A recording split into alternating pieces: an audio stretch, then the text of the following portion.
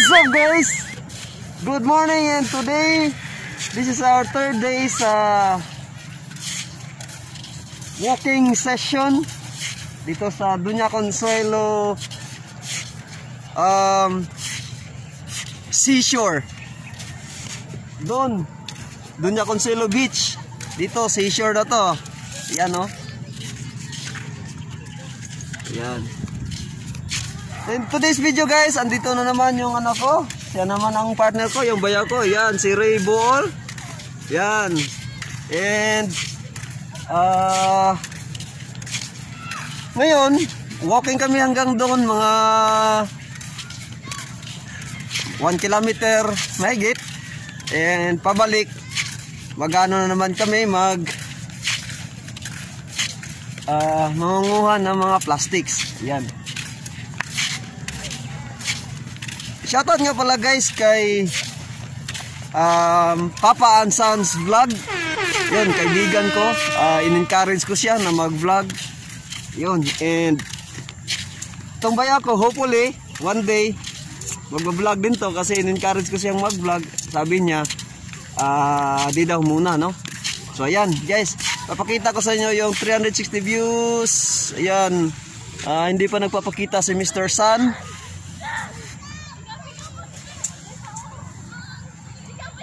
Yan. Hindi pa nagpapakita si Mr. Sun kasi may ulap, no? And hopefully hindi ulan dito, no, sa area kasi mahirap pagka umulan. Yan. So ayan guys.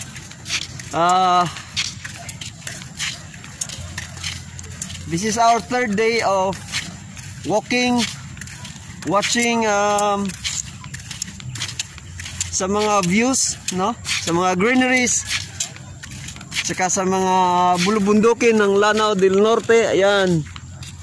Saka maya makikita din natin yung sa Mount Balindang Mountain Range.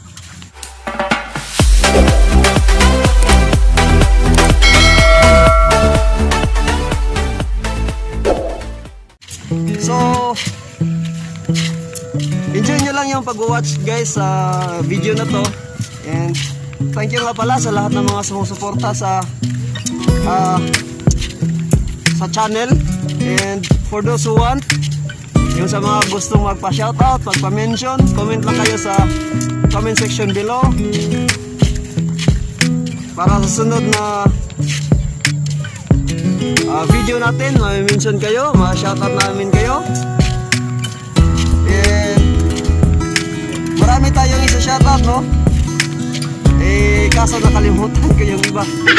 Sa ngayon, yun, kay Sun.h na channel at saka kay Jaffer Sniper Official. So ayan guys, papakita ko sa inyo yung Mount Balindang Mountain Range. Yan, sana ba yun? Wala. Wala.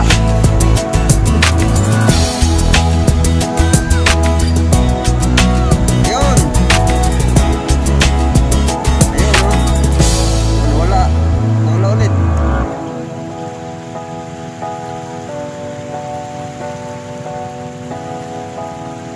Sana? Ba't nawala?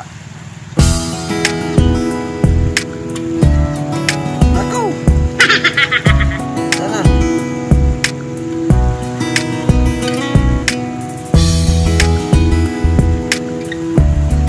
Nawala siya guys. Ayun. Mahihain itong si Mount Balindang Mountain Range Mahihain. Ayun. Ayan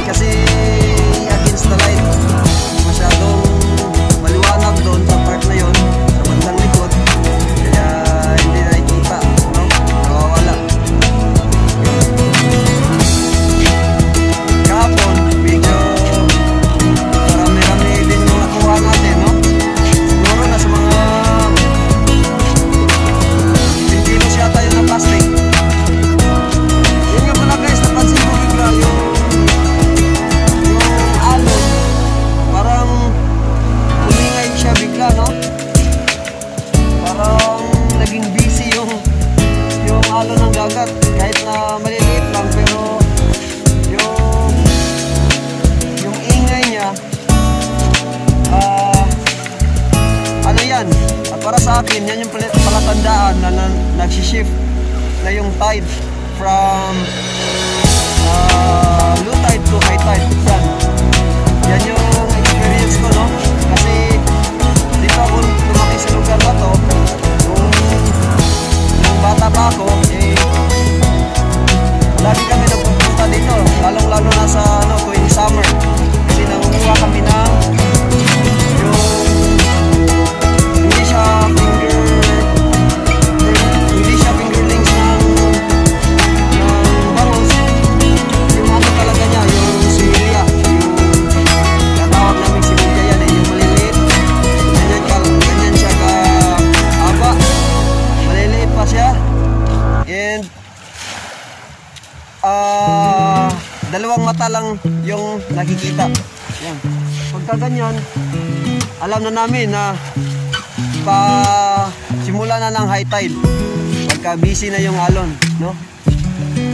From tahimik to maingay. Yan, nag-shift yan ng tide. From low tide to high tide. Yun.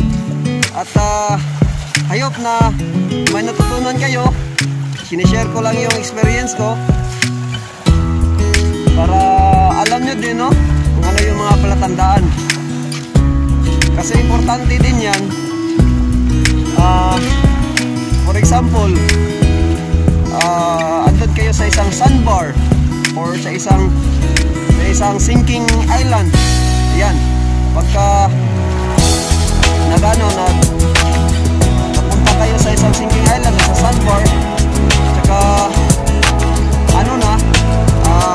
gumaganyan na yung ingay, pa-high-tide na yan, baka matrap kayo. Ayan po, yun yung mga information na share ko sa inyo. Magagamit nyo yun.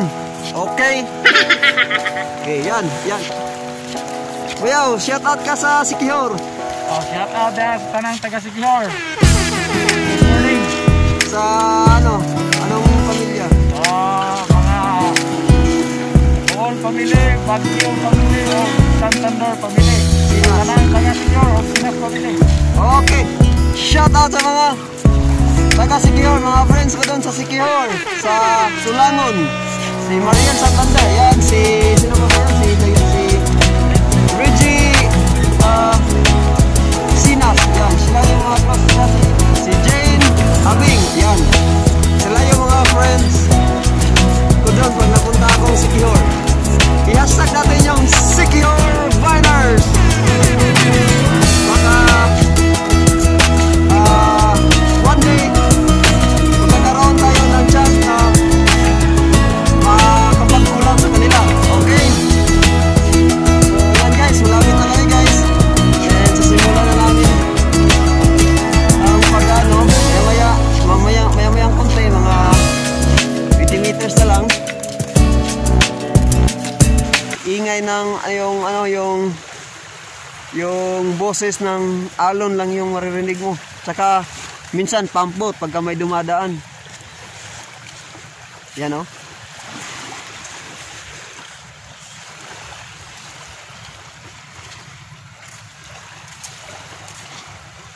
So yan guys, no? Yan.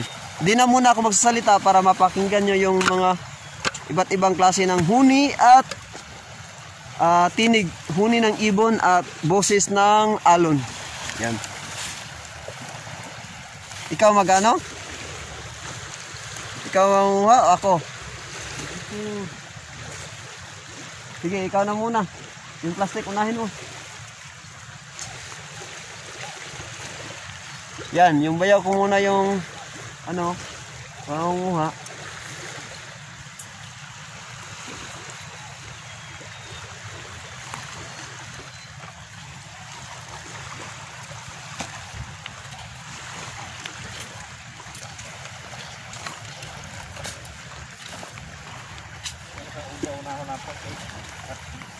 Ha? Oh. Ikaw bahala. Ikaw yung in charge.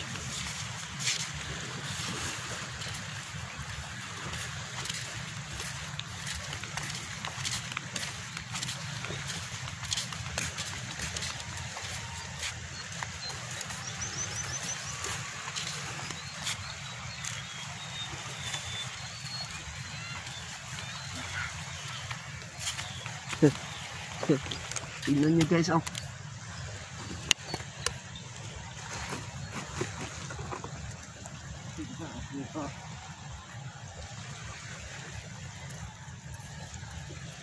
Tingnan ko kung corals ba to o foam. Parang styrofoam.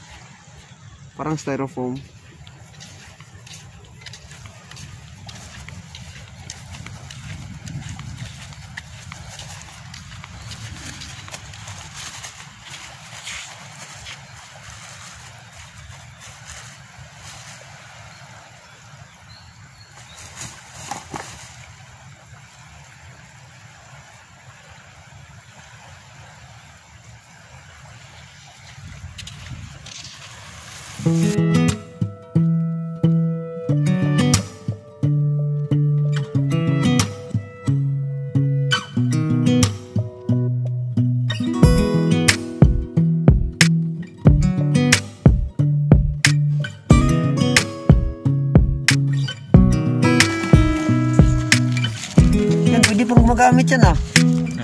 Yan o. Di bali na.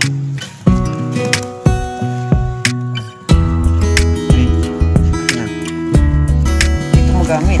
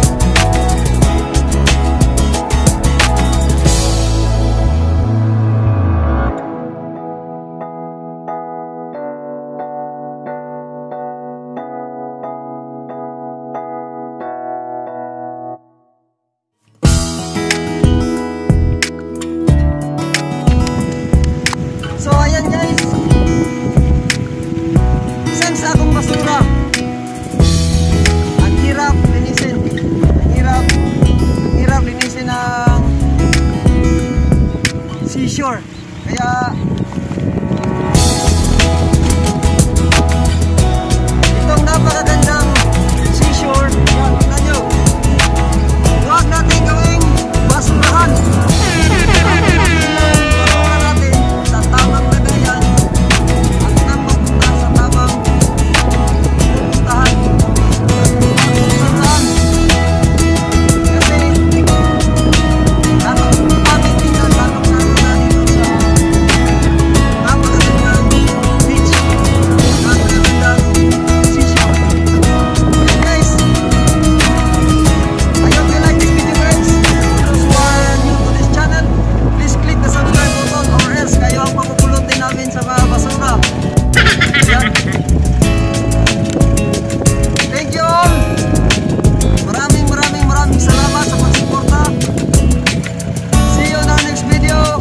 God bless and peace.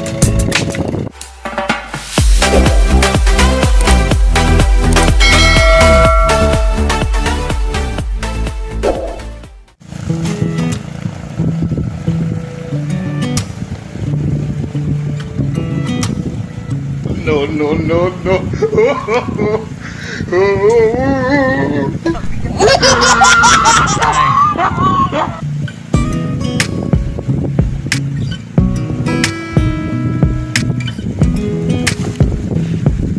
Bigat.